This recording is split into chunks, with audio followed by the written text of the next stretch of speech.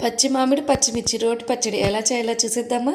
పచ్చిమిర్చి నీట్గా కడిగేసుకొని వాటిని రోట్లో వేసుకొని దంచేయండి. పచ్చిమిర్చిని పచ్చిగానే దంచండి, మగ్గు పెట్టద్దు. పచ్చిమిర్చి కాస్త మెదిగాక తెల్లబాయలు తీసుకొని 4 తెల్లబాయలు దాంట్లో వేసి గబగబా దంచేయండి. ఇప్పుడు వచ్చేస్తుంది మన స్టార్ ఐటమ్ మామిడికాయ. మామిడికాయని చిన్న ముక్కలుగా కట్ చేసి దాన్ని రోట్లో వేసుకొని దంచేయండి. మామిడికాయ మెదగడానికి కాస్త ఉప్పు కూడా వేయండి. ఉప్పు వేసి మెత్తగా దంచేయండి. పలుకు అనేది కనపడేట్టు దంచండి. బాగా మెదిగిన తర్వాత ఇప్పుడు ఒక ఉల్లిపాయ పెద్ద సైజులో తీసుకుంటున్నా, బాగా టేస్టీగా ఉంటుంది కాబట్టి ఉల్లిపాయ కూడా తీసుకొని దంచేయండి. ఇవి బాగా మెదిగిన తర్వాత ఇందులోకి మనం పోపు పెట్టుకోవాలి. పోపే చాలా ఇంపార్టెంట్, చాలా టేస్ట్ని కూడా ఇస్తుంది.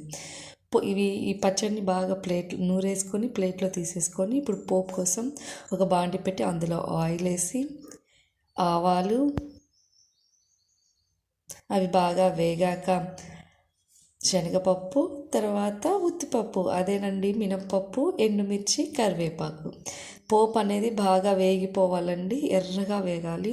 కాస్త పసుపు వేసుకోండి, తెల్లగా ఉంటుంది కదా పచ్చడి, కాస్త కలర్ఫుల్గా ఉంటుంది.